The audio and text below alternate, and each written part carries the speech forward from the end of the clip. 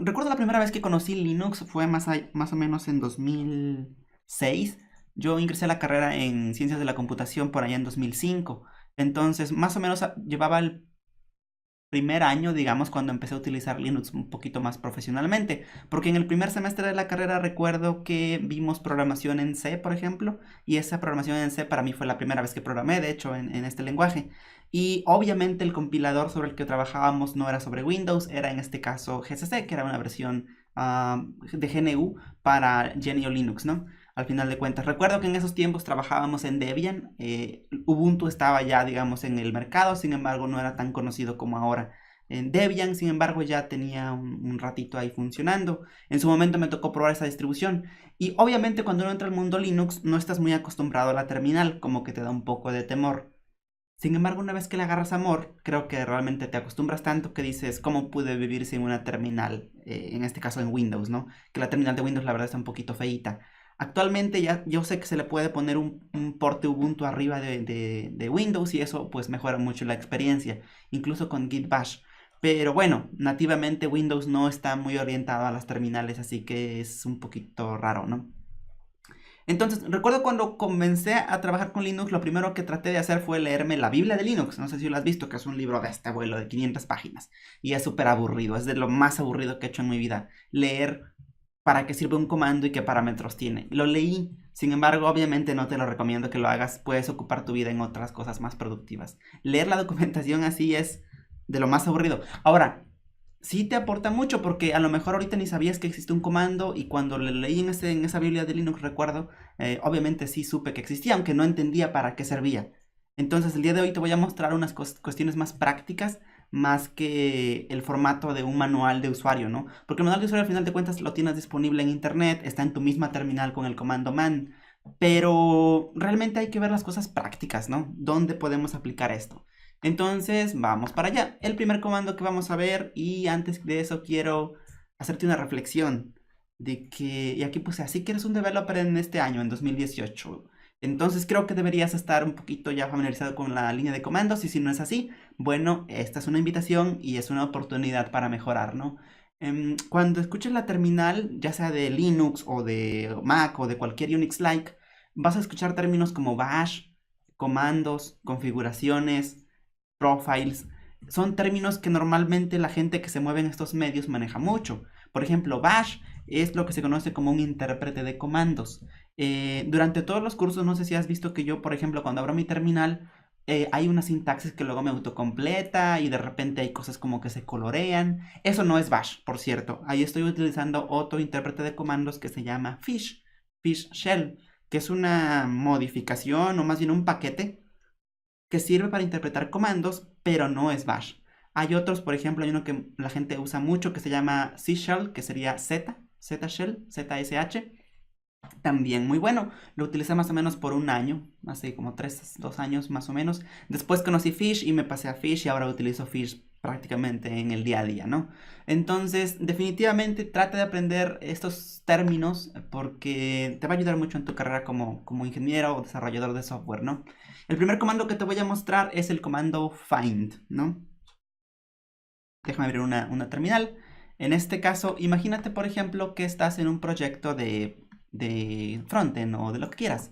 Y yo sé que actualmente ya tienes ayudas en los IDEs, ¿no? Por ejemplo, en WebStorm tenemos el Command Shift F y eso hace búsquedas de archivos, de palabras claves, hace búsquedas de patrones en particular.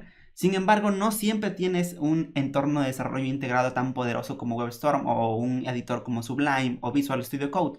Para cuando no lo tienes y solamente tienes una terminal o estás en un servidor, eso se vuelve muy difícil, ¿no? De repente dices, ah, caray, aquí no tengo interfaz gráfica, tengo una terminal, es texto al final de cuentas. Entonces, lo que sí tienes es lo siguiente, el poder de tus comandos, ¿no? Entonces, el primer comando que vamos a ver se llama comando find, obviamente como encontrar, ¿no? Y este comando find te permite encontrar archivos, directorios o lo que sea que cumplan un cierto formato. Básicamente funciona de la siguiente forma. Todos los comandos de Linux siempre viene el nombre del comando en primera instancia, luego viene sus parámetros. Por ejemplo, el comando find, su primer parámetro es a partir de dónde voy a comenzar a buscar. Si tú pones un puntito, quiere decir que voy a empezar a buscar a partir de acá. Por ejemplo, en este caso tengo aquí nuestro proyecto que hicimos en el curso profesional de Vue.js. Tengo aquí el curso completo, ya sabes, todo el código fuente, lo que nos generó la CLI. Este proyecto está ahí e imaginemos que quiero ubicar dónde está el archivo, por así decirlo, un componente. Yo sé que había un componente que tenía extensión .vue, por ejemplo, que se llamaba app. Pero si en estos momentos no tengo acceso a, digamos, a mi editor de código, ¿cómo podría saberlo? Podría decir esto, encuentra, y luego podría decirle aquello que tenga el nombre. Normalmente cuando veas un guión algo en Linux, eso es algo que se conoce como flag, o banderas, o atributos. Casi toda la gente les llama banderas, que son modificadores al final de cuentas, flags. En este caso, el modificador "-name", lo que está diciendo es que le voy a pasar un parámetro, ¿no? En este caso quiero que busque aquello que se llame app.view, ¿no? Y bueno, buscó y encontró, evidentemente. En este caso me dice que está en punto diagonal src app.view. Si notamos, el punto diagonal lo que hace es hacer referencia al directorio actual, a lo que se conoce como el current directory en Linux, ¿no?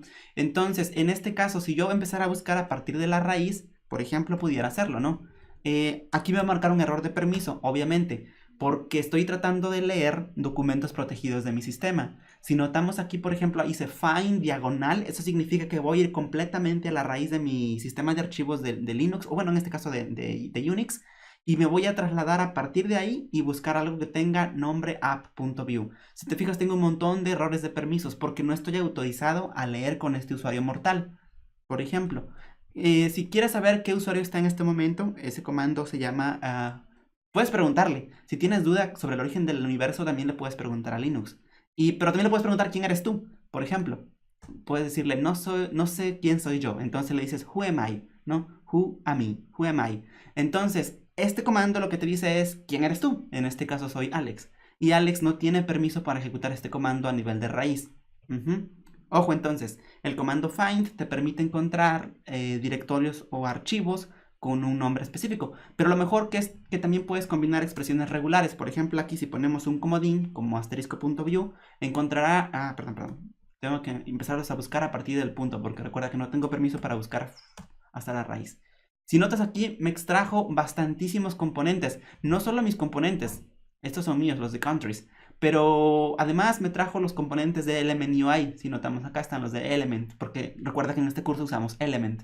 Y hay unas cosas ahí de Element, veo que hay bastantitos componentes de Element, ¿no?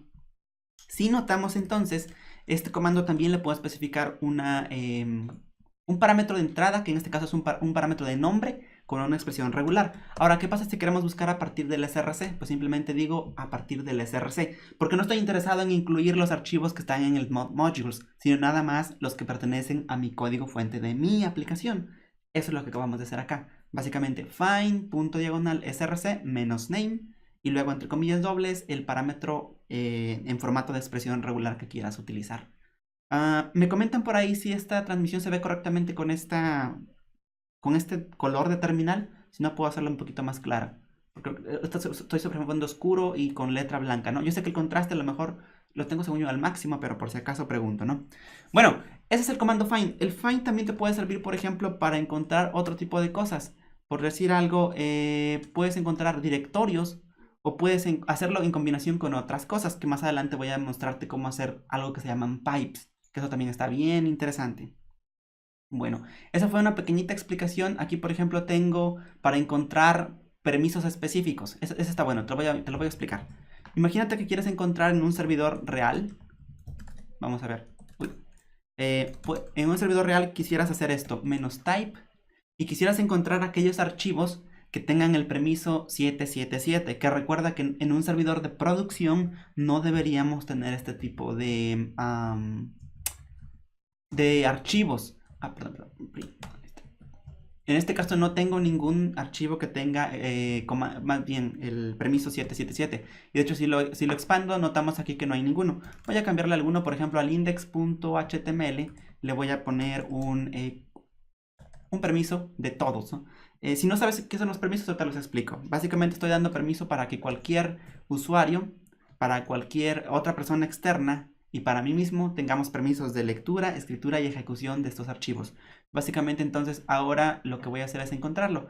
Y si te fijas en este caso, el comando find acaba de encontrar el index que está desprotegido. Si notamos aquí, el único archivo que tiene un permiso 777, que quería decir que tiene todo, permiso, todo el mundo puede modificarlo, todo el mundo puede leerlo, sería este archivo. Este comando es súper importante en un servidor de producción, porque ahí no te puedes dar el lujo de tener un archivo con un 777 o un directorio con un 777, porque con seguridad cuando llegue un atacante va a poder ahí hacer cosas en ese directorio o reescribir ese archivo, ¿no? Dependiendo del caso. Eso es una puerta de seguridad de las más básicas y de la que normalmente pecamos todo o hemos pecado todos en algún momento.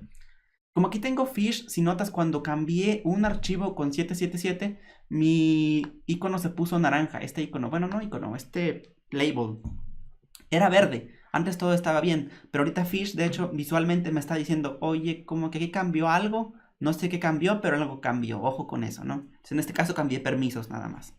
Ajá. Bueno, entonces este comando find puede ser muy interesante, en particular para encontrar archivos que tengan permisos malos. Un archivo regular en un sistema operativo para un servidor de producción normalmente va a estar con 644, que es el estándar. Mira, y en este caso, en mi local, la mayoría de archivos tienen ese permiso, ¿no? Que nada más mi usuario tiene lectura y escritura y los demás no tienen acceso a escritura, básicamente. ¿Sale? Bueno, eso fue el comando find, espero que más o menos le haya visto utilidad. Por ahí tengo unas cosas, por ejemplo, el "-ename" sirve para hacer búsquedas ignorando mayúsculas y minúsculas, básicamente. Ignore case se llama.